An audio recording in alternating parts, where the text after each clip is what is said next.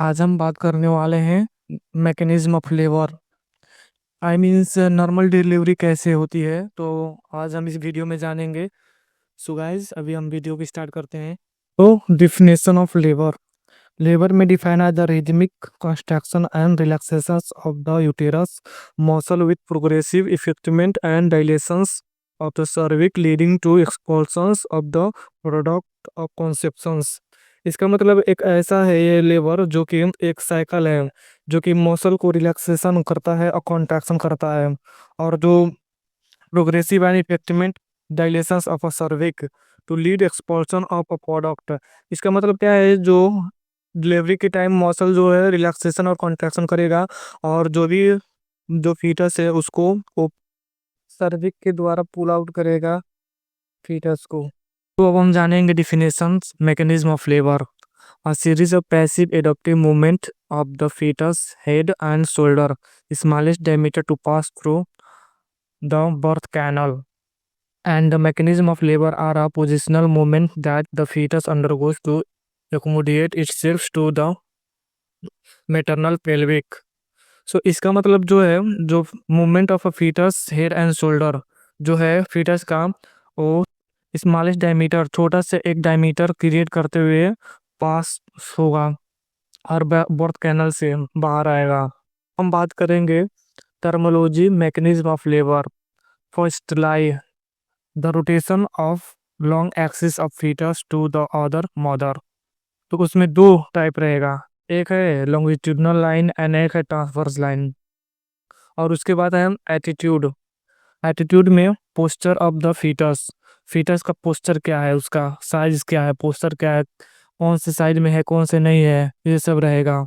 और उसके बाद प्रेजेंटेशन।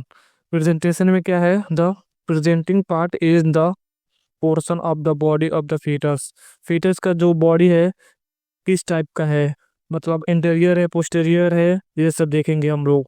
और उसके बाद position, the relation of a arbitrary chest point of the fetus and presenting part to the right or left side of the maternal birth canal।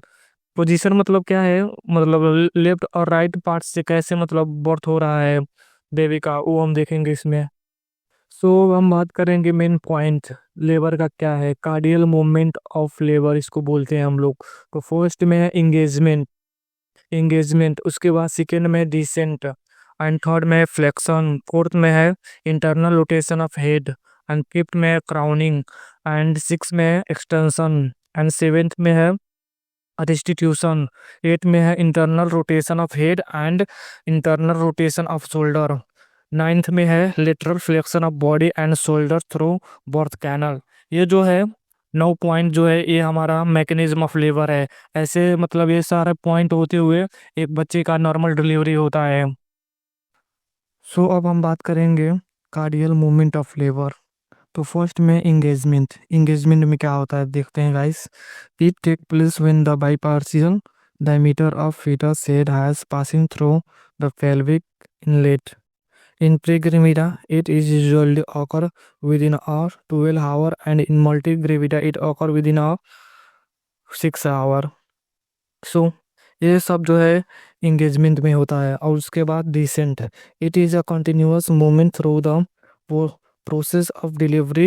Descent result in number of a force including contraction and maternal pushing effort within contractions of her abdominal force। Descent में जो क्या है, हम को movement हुआ उसके बाद से डिलीवरी के प्रोसेस में, और वो नंबर ऑफ फोर्स इंक्लूड करेगा और बेबी को पुल आउट करने के लिए। और उसके बाद जो है एब्डोमिन से एब्डोमिन मसल्स करेगा। और उसके बाद फ्लेक्शन। फ्लेक्शन क्या है, as the head descent, head जो है वो डिसेंट धीरे धीरे नीचे की तरफ आएगा। It meet resistance from the pelvic, resistance के मतलब वो उसके कांटेक्ट में आएगा। उसके बाद floor and leads to increase the flexions of the head। और उसके बाद as the head flexed to bring the shortest longitudinal diameter of head sub occipito bremetic 9.5 centimeter to pass through the birth canal. जो birth canal जो है service का, वो 9.5 से increase होते जाएगा फ्लेक्शन में। उसके बाद है internal rotation of the head. The occiput leads the meet the pelvic floor first rotate interior 1/8 of the circle। ये जो है एक 1/8 सर्कल ऑफ इंक्रीज होता जाएगा। इसका मतलब क्या है, इंटरनल रोटेशन में जो हेड है, वो फीटस का हेड है, वो इंटरनली इट मीन्स सर्विक्स में वो रोटेट होते जाएगा और नीचे की तरफ आएगा। So crowning after internal rotation of head, future descent occur until the occiput lies underneath the pelvic arch. At this stage, the maximum diameter of a head by partial diameter stretches the vulva outlet extension. Once crowning has occurred, the fetus head is a pivot under the symphysis pubic and sinus put force and chins sweep over the perineum. So restitution में क्या आगा?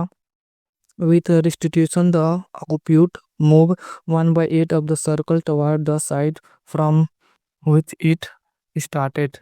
इसमें जो क्या है, जहाँ से वो extension से स्टार्ट हुआ हुआ और लास्ट में जाकर या रेस्टिट्यूशन में आएगा, तो एक 1/8 का सर्कल जो है उसका साइड वो इंक्रीज करेगा।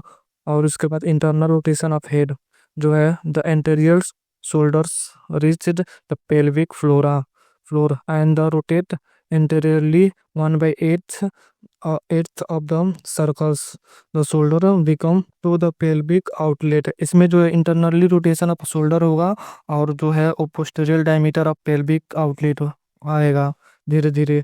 उसके बाद इंटरनल रोटेशन ऑफ हेड जो है, the the head rotate 1/8 of the circle toward the symphysis pubic from the oblique diameter। तो इसमें क्या होगा, जो बेबी का जो फीटस का हेड है, वो इंटरनली वो रोटेट होते हुए एक्सटर्नल में रोटेट होगा और पेल्विक से बाहर आएगा।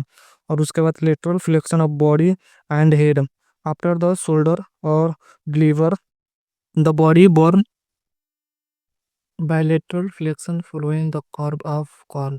इसका मतलब जो है बेबी का डिलीवरी होगा by the curve of corn से। इस वीडियो में हम पूरा बात किए हैं कि लेबर का मैकेनिज्म क्या है और वो कैसे नॉर्मल डिलीवरी होता है। आई होप वीडियो आप लोगों को पसंद आया हो। Thank you.